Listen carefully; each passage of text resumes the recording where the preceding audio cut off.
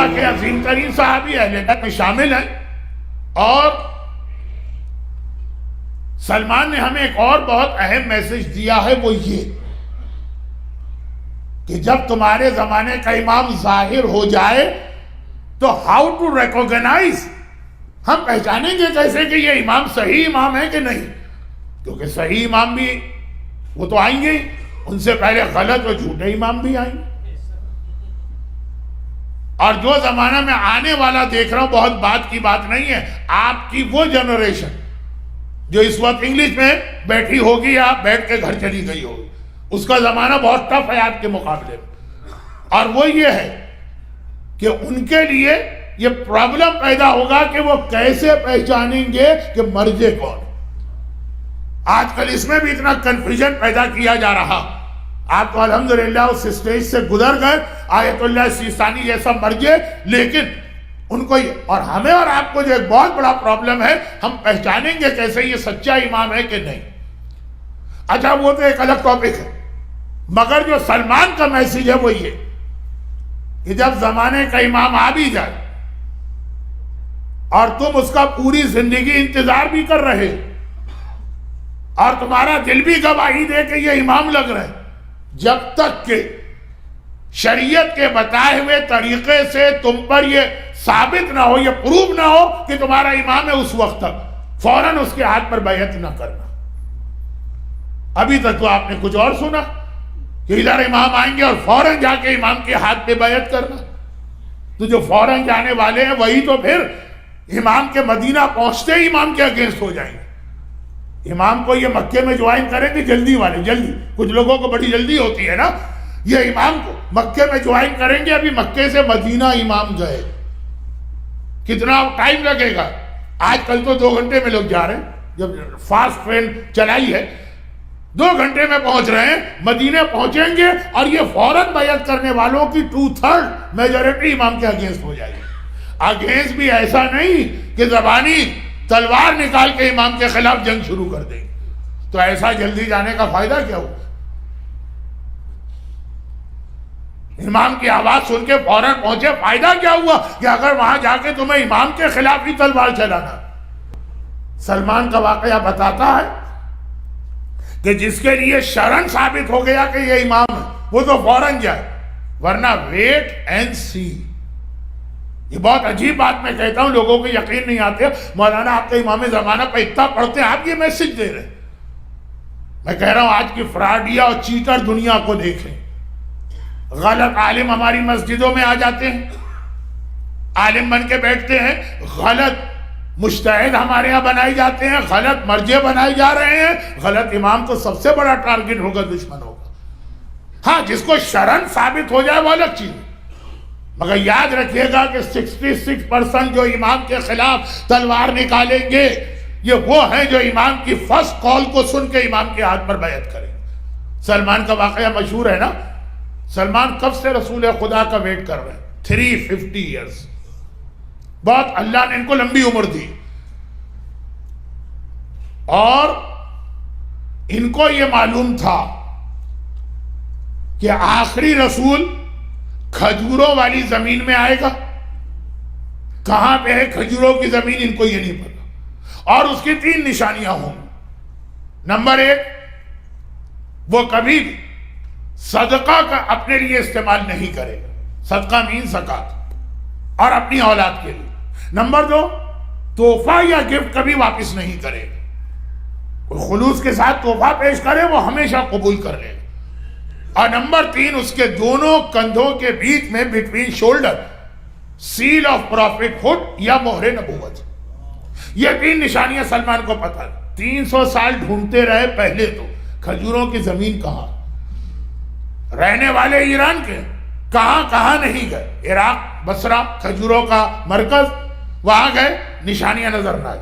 مصر گئے، موصل گئے، سیریا گئے، پیلسٹائن گئے. آخر میں کسی نے پکڑ کے ان کو غلام بنا کے مدینے میں بھیج دیا. مدینے پہنچے، اوہو یہ تو وہ ساری نشانیاں، یہ تو کھجوروں کی زمین، کھجوری کھجور مدینے. آپ نے عمرہ اور حج کیا ہے تو باغ سلمان کی زیارت بھی کی ہوگی. ویسے تو سعودی حکومت پابندی لگا دیتی ہے وہاں نہیں جا سکتے ہیں، لیکن کچھ لوگ پہنچ جاتے ہیں۔ باغ سلمان کھجوروں کی زمین، اپنے آقا کے کھیت میں کام کر رہے ہیں، غلام بنا کے بیچے گئے، غلام نہیں ہے۔ جس قافلے میں جا رہے تھے ڈاکوؤں نے حملہ کیا اور ان کو بھی پکڑ لیا۔ اب ان کا تو کوئی سرپرست بھی نہیں ہے، دوست بھی نہیں ہے، ساتھی بھی نہیں ہے، غلام بنا کے مارکیٹ میں لا کے بیچا، مدینے پہنچے۔ اور جب مدینے پہنچے تو آقا اپنے کھیت میں کام لے رہا۔ باغ سلمان آج بھی مدینے میں موجود ہے، باغ تو ختم ہو گیا اس جگہ۔ ایک دن اچھا وہ باغ آج مدینے کے اندر ہے، 1400 سال پہلے مدینے سے باہر تھا۔ یہ مخیرق کی جو پراپرٹی ہے اس میں شامل ہے، جو کل آیا تذکرہ۔ آج سارے صاحبان ایمان وہاں رہتے ہیں۔ جب میں لے جاتا ہوں اپنے قافلے کو باغ سلمان، مولانا یہ کون سا علاقہ؟ میں نے کہا پوچھ کیوں رہے؟ کہا ہاسپٹل کا نام ہے الزہرا ہاسپٹل، اسکول کا نام ہے امام حسن اسکول، وہ سامنے والے یونیورسٹی کا نام ہے امام حسین یونیورسٹی، مدینے میں۔ اور آج کے زمانے میں دشمنان اہل بیت کے گڑھ میں تو بتانا پڑتا ہے کہ سارا آج بھی یہاں پہ شیعہ رہتے ہیں۔ بھئی یہاں کیوں رہتے ہیں؟ کہا مخیرق نے پراپرٹی رسول کو دی تھی اور رسول سے یہ سادات کرام اولاد میں میراث کے طور پہ منتقل ہوئی۔ تو آپ جائیں گے مزہ آ جائے گا آپ کو۔ اچھا یہ تو ہوئے گورنمنٹ کی طرف سے جو نام ہے، یہ سارے اسکول گورنمنٹ کے، امام حسن اسکول، امام حسین اسکول، الزہرا ہاسپٹل، اور دکانوں کے نام بھی امام صادق ریسٹوران اور امام موسی کاظم ہاؤس، اور یہ ایک واقعی ماحول عجیب۔ باغ سلمان وہیں پر ہے، بالکل اس کے بیچ۔ ایک بار کام کر رہے ہیں کھیتوں میں، مدینے سے ان کے آقا کا دوست آتا ہے۔ اب دونوں بیٹھ کے باتیں کر رہے ہیں، گپ شپ۔ آپ حضرات بھی باہر بیٹھ کے وہ چائے کے قریب بہت ساری باتیں کر رہے ہوتے ہیں، میں تو سنتا ہی نہیں ہوں، سلمان فارسی سن رہے ہیں۔ آقا نے کہا بھئی تم مدینے سے آ رہے ہو، سٹی سے، وہاں کیا حالات ہیں؟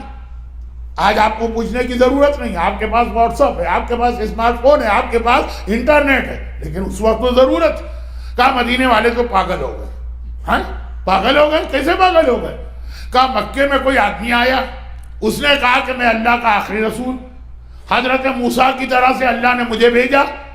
مدینے میں وہ آج آیا ہے، پورا مدینہ اس کو ویلکم کر رہا، جان نہ پہچان، میں تیرا مہمان، نہ کوئی رشتہ، نہ کوئی ناتا، نہ کوئی ٹرائبل کنیکشن، اور سب اس کو اپنا مہمان نہیں، اپنا آقا، اپنا بادشاہ بنا لیا۔ اب وہ دونوں یہودی مذاق اڑانے لگے، ان کو تو موقع مل گیا، سلمان کے کان کھڑے ہوئے۔ کھجوروں کی سرزمین پہ آخری نبی آنے والا ہے جس کا میں انتظار کر رہا تھا، یہ تو آ گیا، لیکن نہیں، پہلے کنفرم کرنا ہے۔ ویک میں ایک دن ان کو آف ملتا، اب جو آف ملا سیدھا مدینے میں۔ اچھا پیغمبر کا چہرہ ہی ایسا، آفتاب آمد دلیل ہے، آفتاب سورج کا نکلنا ہی سورج کی سب سے بڑی دلیل۔ پیغمبر کا چہرہ ہی سلمان کو بتانے کے لیے کافی ہے کہ سچے رسول ہیں، مگر شرعی طریقہ۔ تھوڑی سی کھجوریں اپنے آقا کے کھیت سے لائے تھے اس کی پرمیشن سے، اور پیغمبر کی خدمت پہ پیش کی اور کہا کہ یہ میں صدقہ لے کے آیا ہوں۔ پیغمبر نے لے لیا، اور اس کے بعد تمام اصحاب میں ایک ایک دو کھجوریں تقسیم کر دی۔ سلمان چلے گئے، پہلی نشانی پوری ہو گئی۔ نیکسٹ ویک پھر آ رہے ہیں، چھٹی کا دن آف، کھجوریں لے کے آئے، پیغمبر کے سامنے پھر رکھی۔ لاسٹ ویک کی کھجوریں بڑی ٹیسٹی تھی، اصحاب رسول کو اب تک یاد ہے یہ آدمی بہت ٹیسٹی کھجوریں لے کے آتا، آج پھر اتنی کھجوریں لے کے آیا۔ اب سب کو یہ ایکسپیکٹیشن ہے کہ اس میں سے ہمیں کچھ ملے گا۔ سلمان نے کہا یا رسول اللہ یہ میں گفٹ لایا ہوں، بس گفٹ سننا ہے۔ پیغمبر نے لے کے حجرہ فاطمہ میں بھجوا دیا کہ جاؤ، فضہ سے کہا کہ میری بیٹی کے حجرے میں لے جاؤ، کہا وہ خود استعمال کرے، حسنین کو دے، علی کو دے، اور یہاں کچھ بھی نہیں ملا۔ سلمان نے دل میں کہا دوسرے نشانی۔ تیسرے ویکینڈ پر جب آئے تو پیغمبر مسجد میں ہی نہیں، کہاں ہے؟ کہا آج ایک مسلمان کی ڈیتھ ہو گئی ہے، پیغمبر قبرستان کی طرف جا رہے ہیں اس کی جنازے کے ساتھ۔ سلمان بھی چلے، اور سلمان اب پیغمبر کے پیچھے پیچھے جا رہے ہیں، بار بار کوشش کر رہے ہیں کہ پیغمبر کے شولڈر کے بیچ میں دیکھیں، لیکن وہاں تو کالر وغیرہ ہے۔ خود پیغمبر نے پتہ نہیں کیوں اپنے کرتے کے کچھ بٹن کھولے اور کرتے کو تھوڑا پیچھے کیا اور کہا کہ پلٹ کے کہا کہ سلمان اسی کا انتظار کر رہے تھے نا، اسی کی زیارت کرنے والے تھے نا، لو تیسری نشانی بھی دیکھ لو اور آ کے کلمہ پڑھو۔ سلمان نے پہلے تو مہر نبوت کو بوسہ دیا، پھر سامنے آ کے پیغمبر کے ہاتھ پر بیعت کر کے کلمہ اسلام پڑھا۔ ایمان کے 10 درجے ملے، مگر کب؟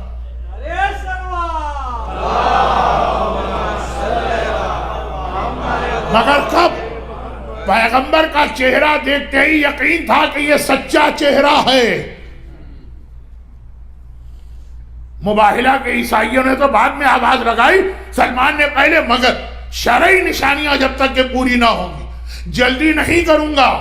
کلمہ اسلام پڑھنے میں بھی سلمان نے اتنا وقت لگایا۔ میں آپ کو ایک میسج دیا اور یہ بہت اہم میسج ہے آخری زمانے کے لیے۔ جھوٹا امام کسی لیبارٹری میں بن رہا ہے۔